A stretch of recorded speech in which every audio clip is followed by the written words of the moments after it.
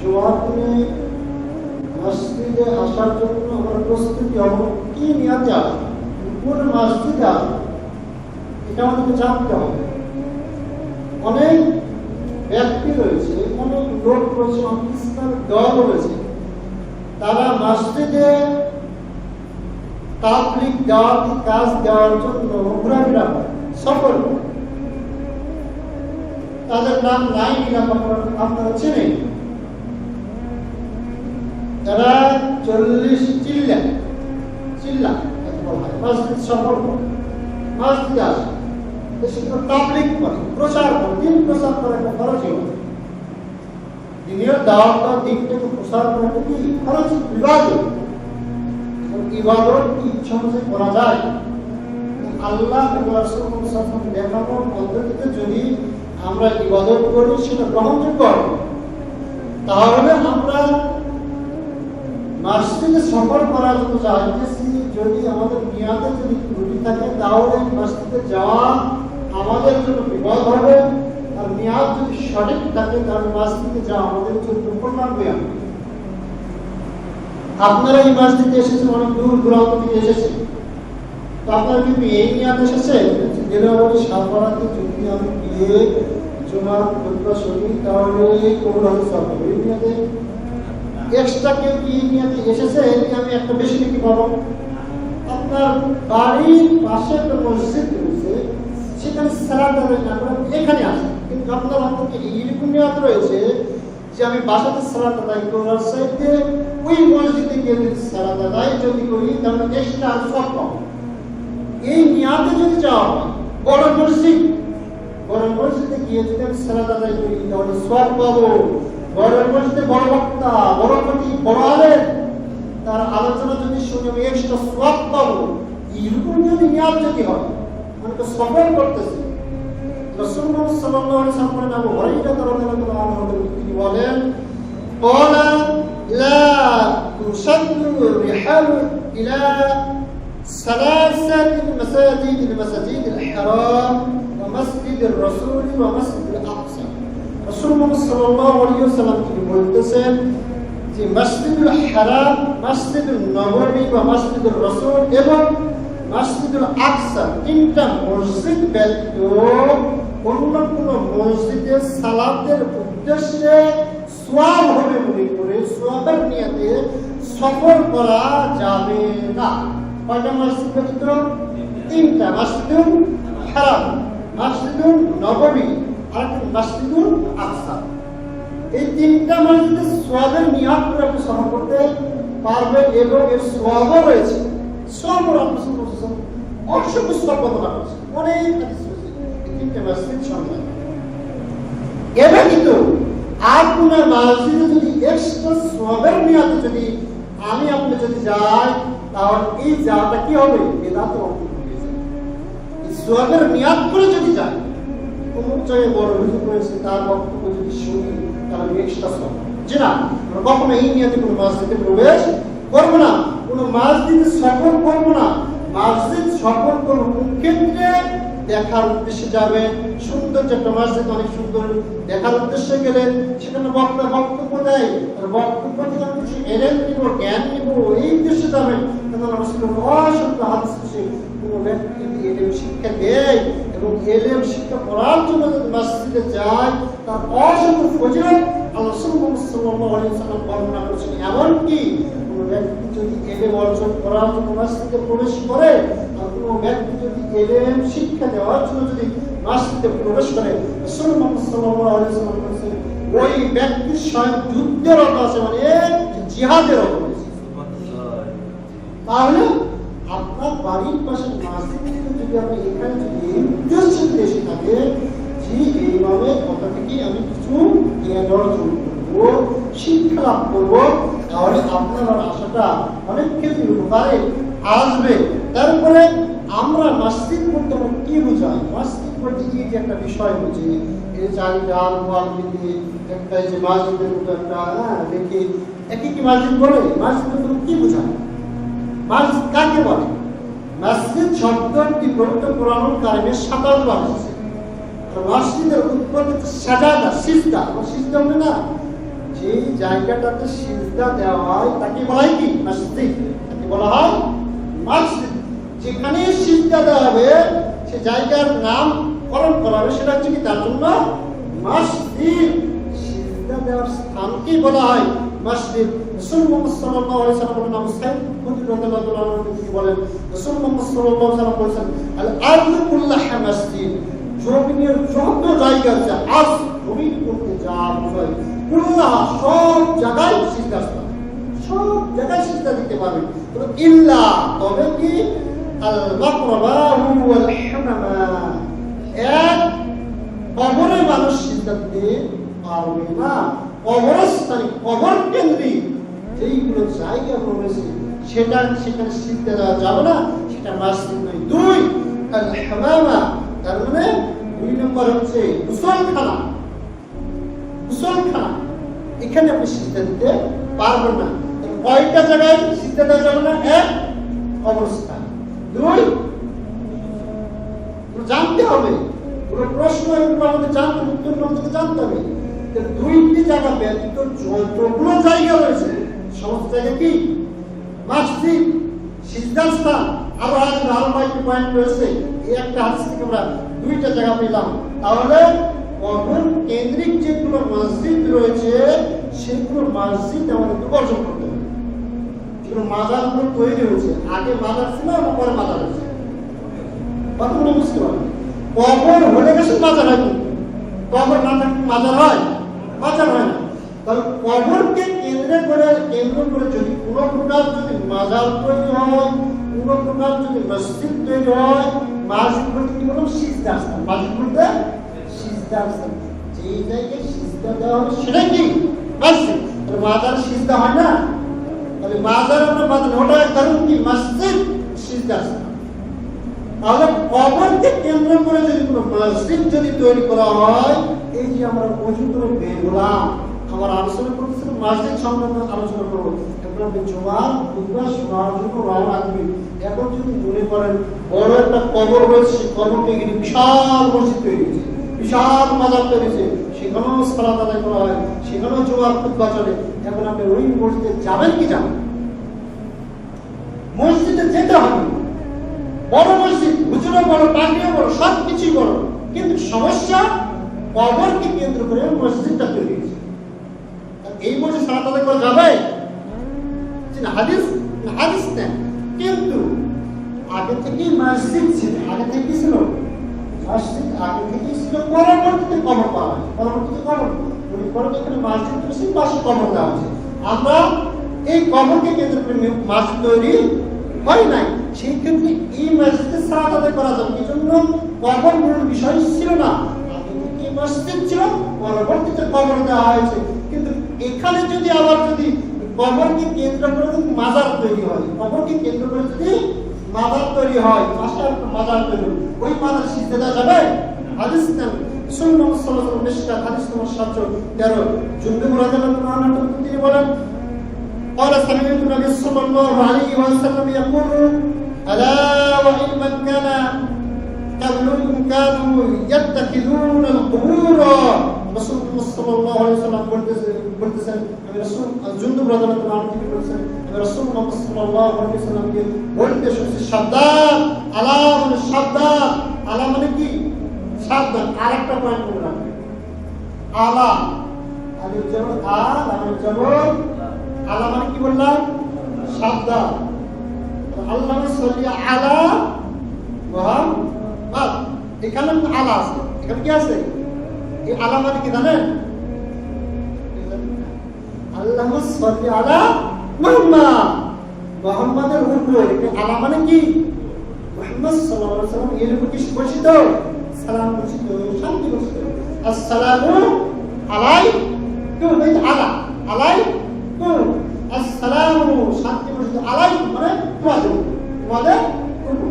এখানে আইন জবর আলাম জবর লা, এই আলা মানে কি? উপরে, আলা মানে উপরে, আর এই আলা মানে কি? সাবধান, এই আলা মানে কি? সাবধান। আপনি যদি বলেন আল্লাহু সাল্লি আলা মুহাম্মাদ, হে মুহাম্মদ সাবধান, চিন্তা করার মধ্যে জানতে হবে, জানার জন্য বলছি। মোহাম্মদ সাল্লাল্লাহু আলাইহি ওয়াসাল্লামকে কি বলতেছেন? সাবধান, সাবধান করছেন।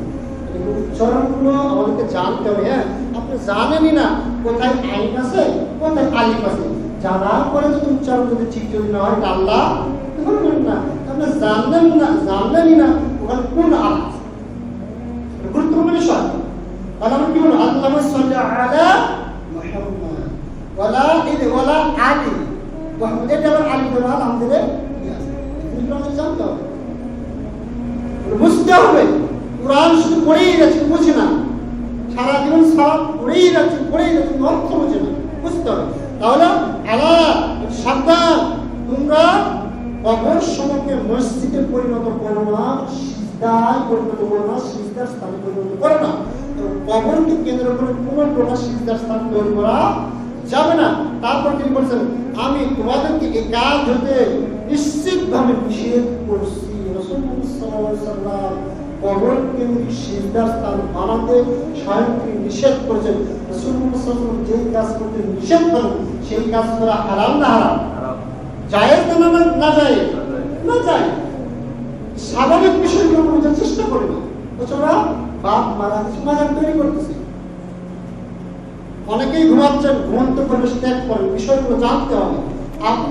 আপনি আপনার বাপের কবর সুন্দর ভাবে চারিদিকে দিনে প্লাস্টার করে রেখেছেন, টাইলস দিয়ে রেখেছেন।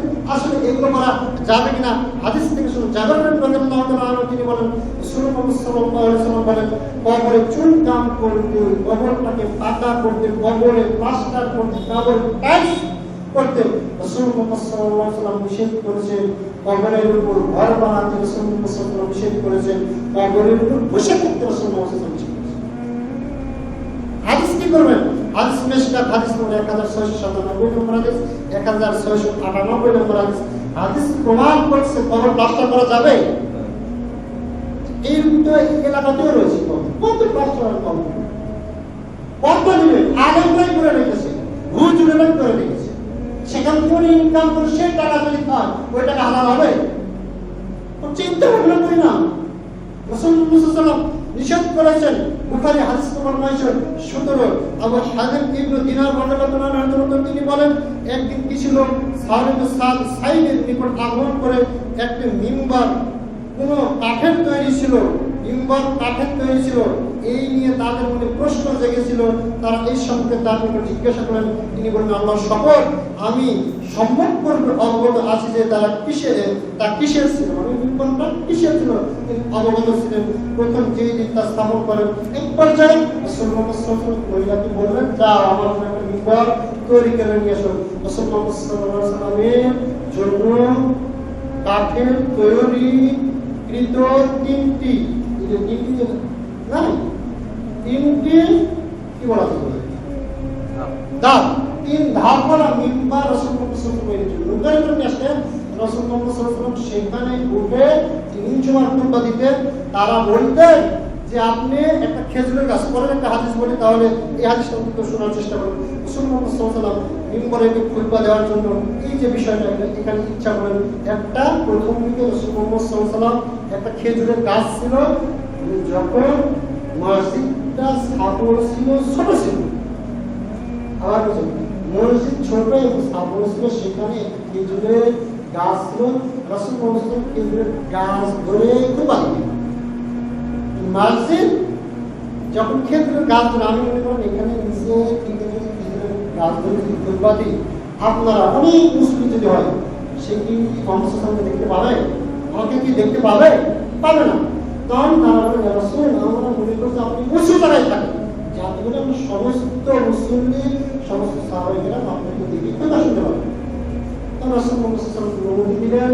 ঝাউ কাঠ বলা হচ্ছে, হাদিসে কথা হচ্ছে ঝাউ কাঠে একটি মিম্বার তৈরি করে নিয়ে আসা হলো।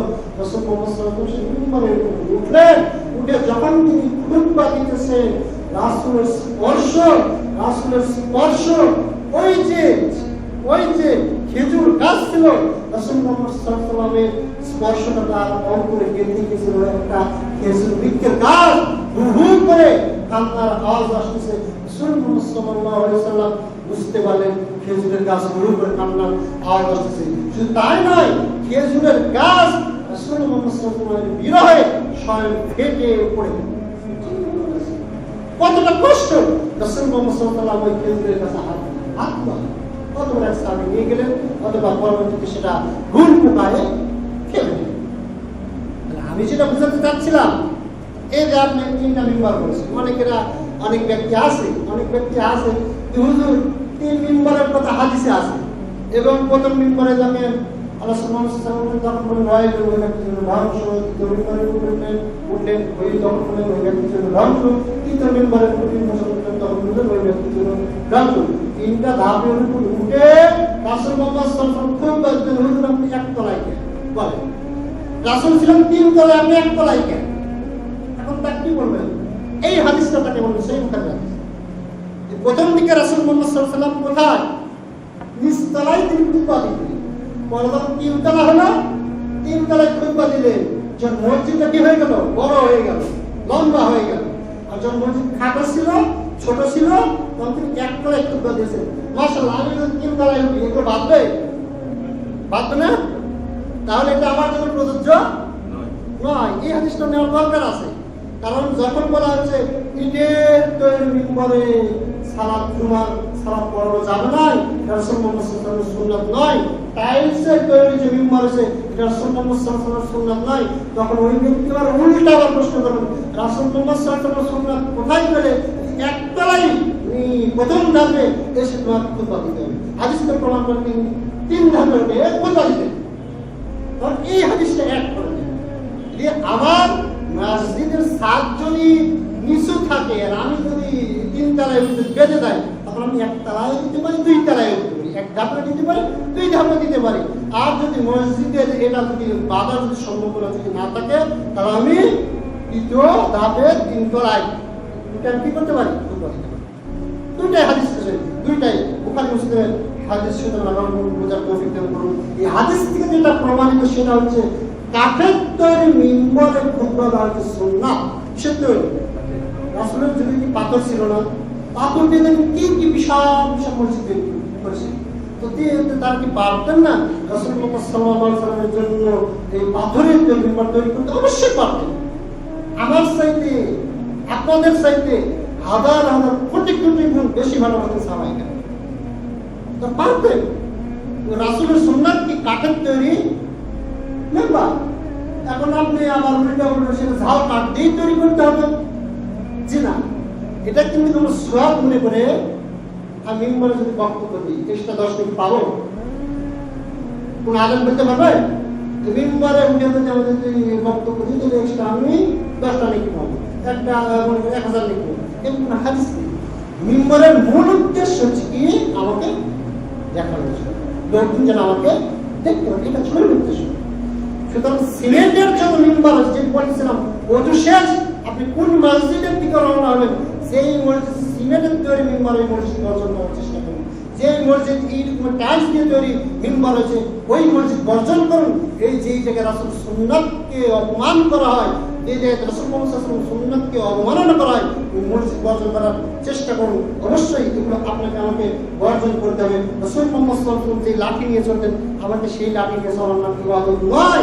রাসূল মুহাম্মদ সাল্লাল্লাহু আলাইহি ওয়াসাল্লাম যে ঘোড়ার পিঠে চড়ে যেই দোয়া করতেন, সেই ঘোড়ার পিঠে চড়ে দোয়া করতে হবে, এটা আমাদের জন্য বাধ্যবাধকতা নয়। তবে রাসূল মুহাম্মদ সাল্লাল্লাহু আলাইহি ওয়াসাল্লাম যানবাহন চলার সময় যেই দোয়া ঘোড়ার পিঠে চড়ে বলেছেন, সেই দোয়া আমরা কোনো বাধে চলার সময়, যেই দোয়া তিনি উটের পিঠে চলার সময় বলেছেন, সেই দোয়া আমরা ঘোড়ায় চলার সময়, সাইকেলে চলার সময়, কোন প্রকার যানবাহনে চলার সময় এটাই আমাদের করতে হবে। কেননা এইগুলোর পরিবর্তনশীল, এগুলো আমাদের স্বার্থে এগুলো কি করা হয়? পরিবর্তন এগুলো আপনি পাবেন না। রাসূল মুহাম্মদ সাল্লাল্লাহু আলাইহি ওয়াসাল্লাম খেজুর দিয়ে ইফতারি করতেন। এই খেজুরকে সবসময় পাওয়া যায়? সবসময় পাওয়া যায় না, অনেক জায়গায় খেজুর পাই না তারা। এখন অনেক জায়গায় পাওয়া যায়, সব জায়গায় প্রায় পাওয়া যায়। তাহলে এগুলো যে ব্যবহারিক সুন্নাত, পালন করে সওয়াব পাবেন, পালন যদি না করেন গুনাহ হবে না। আপনি ডান হাতে পানি পান করেন, ডান হাতে এইরকমভাবে অনেক কিছু খাবার আপনি পান করলেন, যার হাতটাই সমস্যা, হাতেই সমস্যা, সে বাম হাতে পানি পান করতে পারবে না। এখন জানতে হবে। সেদিনের আলোচনায় যেটা দেখলাম সেটা হচ্ছে এই যে আমাদের মাঝখানে কি আছে, খুঁটি আছে না? মাঝখানে খুঁটি নাই? মাঝখানে খুঁটিতে যদি থাকা হয় তাহলে কোনো ব্যক্তি যদি সালাত আদায় করে তাহলে তার সালাত হবে না। শুনেছেন কথা? শুনেছেন তো না? এটা আমি নিয়ে এসেছি সময় সংক্ষেপের কারণে এই পয়েন্টটা আমি উল্লেখ করি, তারপরে অন্য বিষয়টা উল্লেখ করব। আচ্ছা দেখেন, খোদা দিতেছে, আমি যেটা সেদিন আলোচনায় বলেছিলাম, কিছু কিছু মুফতি আছে একটা বই পড়ে খোদা দিচ্ছে প্লেয়ার, যদি একটা প্লেয়ার যদি থাকে ওই সময় যদি ওই বরাবর যদি সালাত আদায় করে ওই সালাত হবে না খোদা দিয়ে দিতেছে। কত আলেম নেবেন মুজাফফরের ওয়াসি জাল হাদিসে পৌঁছানোর বসে তার বক্তব্য না পড়াই উত্তম।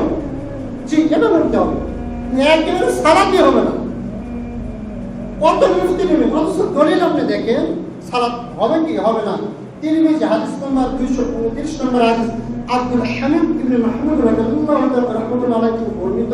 তিনি বলেন, আমরা জৈনব আমিরের পিছনে নামাজ আদায় করলাম, লোকের এত ভিড় হলো যে আমরা বাধ্য হয়ে 2 খুঁটির মাঝখানে নামাজে দাঁড়ালাম। 2 খুঁটির মাঝখানে কারণ আর হিসাব চিন্তা করে সালাতে আদায় করাবে এমন মধ্যে লোক বেশি হওয়ার কারণে তারা 2 খুঁটির মাঝখানে দাঁড়ালাম। যখন নামাজ শেষ করলাম তখন আনাস ইবনে মালিক রাদিয়াল্লাহু আনহু বলেন, আমরা রাসূলুল্লাহ সাল্লাল্লাহু আলাইহি ওয়াসাল্লাম এর সময়ে এইভাবে দাঁড়ানো এড়িয়ে দিতাম, খুঁটির মাঝখানে কাতার লাগিয়ে সালাত আদায় করে এটা আমরা এড়িয়ে যেতাম। কিন্তু তিনি সালাত পড়ার এই কোন বিষয় বললেন না। আরেকটি বিষয় কি, আমার প্রথমে বলেছিলাম দিদি, আমরা এই যখন সালাত শুরু করি, লোক যখন বেড়ে যায় তখন ইমাম সাহেব কোথায় যান? প্রথম কাতারে মিডিল বলা সুন্নাত হচ্ছে ইমাম সাহেব দাঁড়াবে সামনে, তারপরে সিজদায় পড়ে গেছে কারা দাঁড়াবে? মুসল্লি দাঁড়াবে। লোক যখন বেড়ে যায়, লোকটা ধরছে না, তখন ইমামের জায়গা দখল করে প্রথম কাতারে মিডিলে একটু সামনে এসে ইমাম দাঁড়িয়ে যায়। এটা হাদিস আপনি বের করেন পাবেন কিনা, এমন তাদের মতামত। তাহলে প্রয়োজন স্বার্থে লোকজনের স্বার্থে যদি ইমাম সামনের থেকে যদি পিছনে এসে দাঁড়িয়ে সালাত হয়, তাহলে প্রয়োজনের স্বার্থে লোকজনের স্বার্থে প্লেয়ার বরাবর পা লাগিয়ে দেয়, প্লেয়ারের সাথে পা লাগিয়ে দিয়ে সালাত হয় না। কোন যুক্তি? কত রেফারেন্স দেবে? এই কথাই বলতেছে প্লেয়ারকে এই সালাত হবে না সালাত বাতিল, একবার সালাতই বাতিল।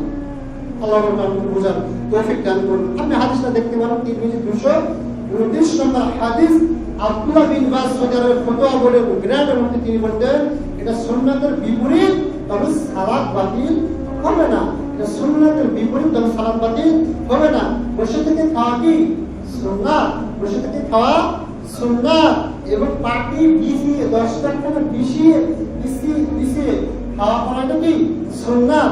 এখন চেয়ারে বসে আমরা খাচ্ছি, এটা কি বাতিল? দলিল কি? আমার দলিল পাবো না। রাসূলের জামানায় এই যে আমরা পরিবেশের টেবিল রেখে খাওয়ার পরিবেশ ছিল, আমরা যে পর্যাপ্ত হয়ে যাচ্ছি খাবার দিতেছি, ওই খাওয়া কি সুন্নাত নয়? খাওয়া কি যদিও সুন্নাত নয়, ওই খাওয়াটা হারাম নয়, ওই খাওয়াটা বাতিল নয়। এই জিনিসগুলো আমরা বুঝি না। এই যে বিষয়গুলো, এই যে ইসলামের যে মূল যে বিষয়, যেটা আমরা না জানার কারণে এটা বোঝাচ্ছে না বেদাত। আমরা বলে বলা হয় বেদাত কাজ করে যে সওয়াব টার্গেট থাকবে, অথচ কোরআন হাদিসের কোনো দলিল নেই। যদি সওয়াব টার্গেট থাকবে কোরআন হাদিসের দলিলে, এমন বুঝতে হবে বেদাত। তাহলে আমরা মসজিদ সম্পর্কে আলোচনা করেছিলাম। মসজিদ যেটা বললাম, যদি টাইলস সংক্রান্ত যদি মেম্বার হয়, এইরকম মসজিদ বর্জন করে যেখানে কাঠের সুন্নাতকে গুরুত্ব দেওয়া হয়, এইরকম মসজিদ আসার চেষ্টা করুন। এখন আমরা কি করব? মসজিদের ভিতরে আমরা প্রবেশ করব। মসজিদের ভিতরে প্রবেশের কোনো আরেকটি বিষয় আমরা মসজিদে প্রবেশ করার আগে যেটা পাই, সেটা হচ্ছে মসজিদের মাইকে হারানোর। মসজিদের মাইকে কোনো ব্যক্তি যদি হারিয়ে যায়, তাহলে মসজিদের মাইকেটা প্রচার করা হয় কি হয় না? হয় না? মৃত্যুর সংবাদ প্রচার করা হয় কি হয় না? সকালবেলায় দেখতেছেন ফজর নামাজে পড়বেন, বলছেন একটা সুর সংবাদ, এত টাইমে এত সময় মারা গেছে, এতটা সময় তার জানেন। কোথায় থেকে? মসজিদের মাইক থেকে।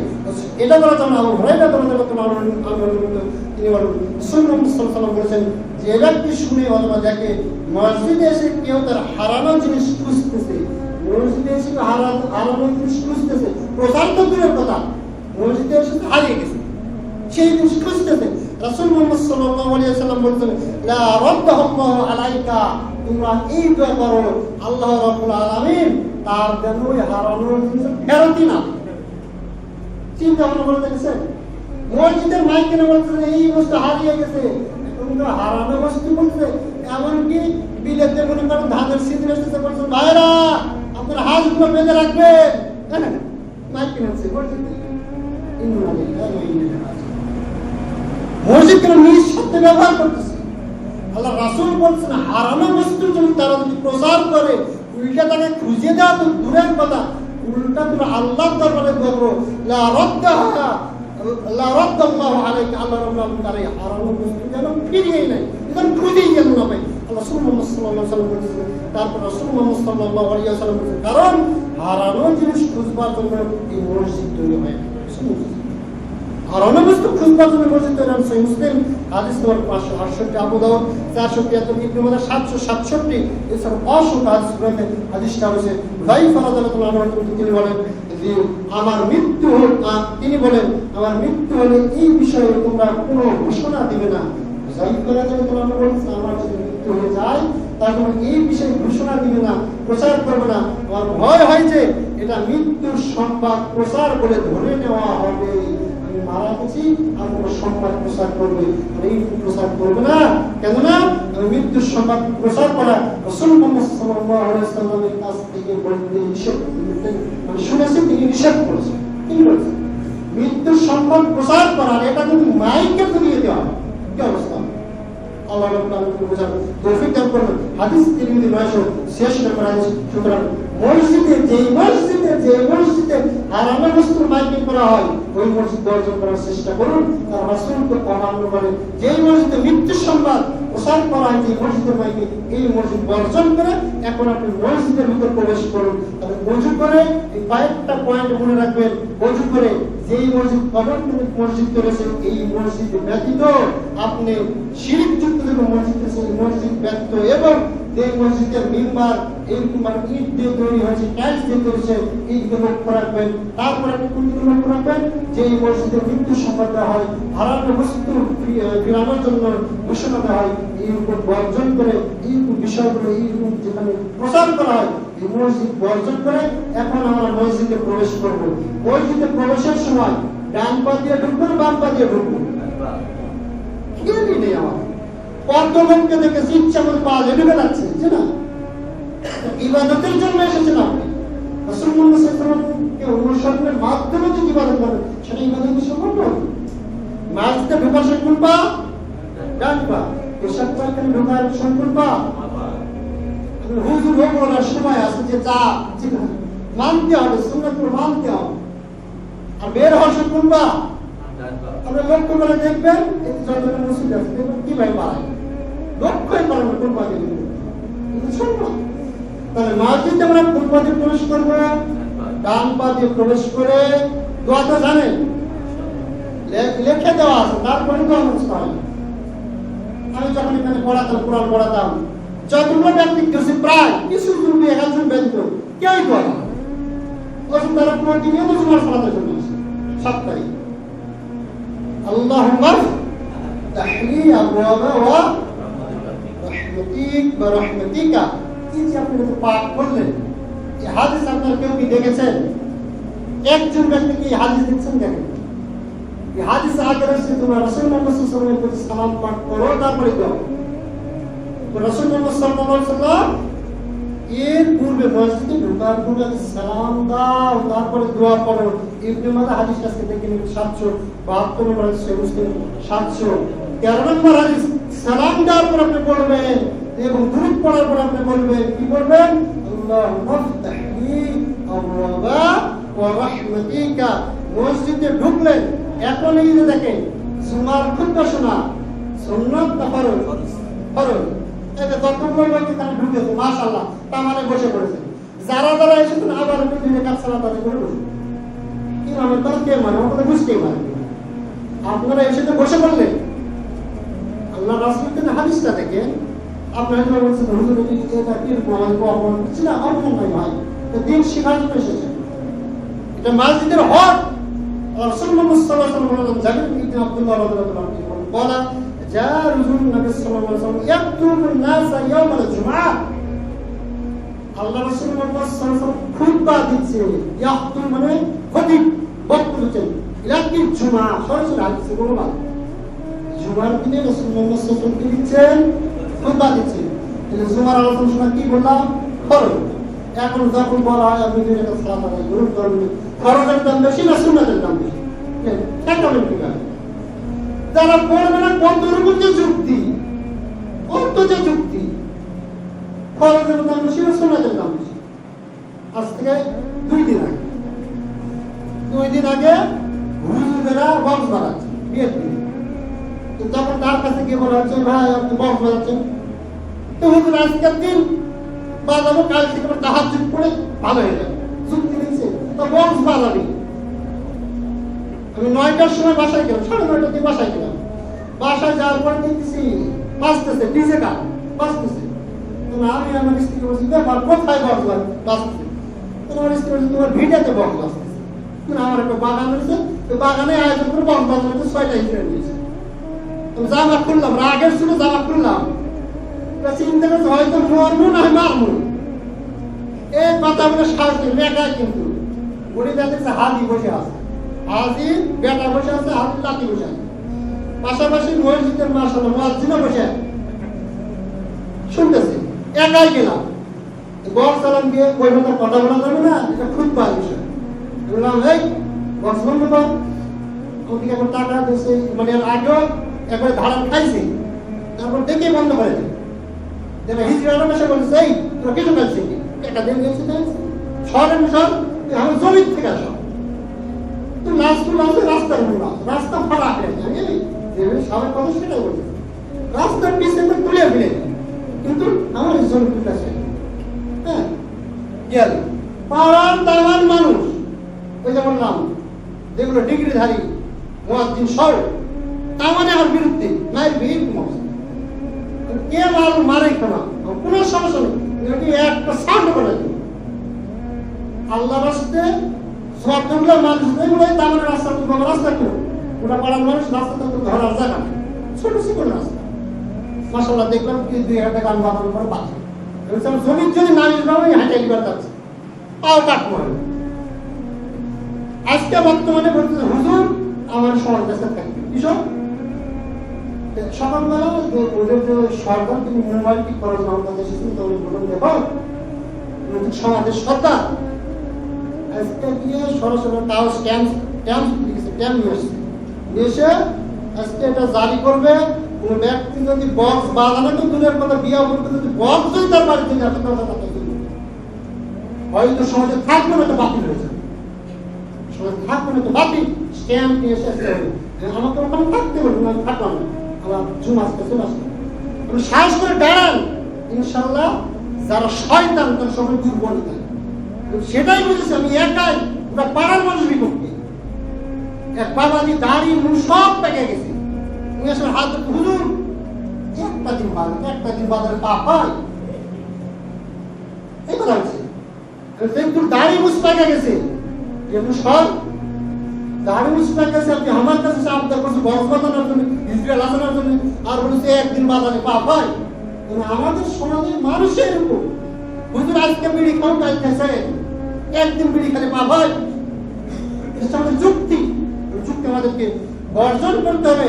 রাসূল মুহাম্মদ সাল্লাল্লাহু আলাইহি ওয়াসাল্লাম একদিন আপনি মনে করছেন যে মাইকে হারানোর বিষয় বলবে কি আমার অপরাধ হয়, মাইকে মৃত্যুর সময় প্রচার করবে একেবারে অপরাধ হয়, কত বড় যে অপরাধ।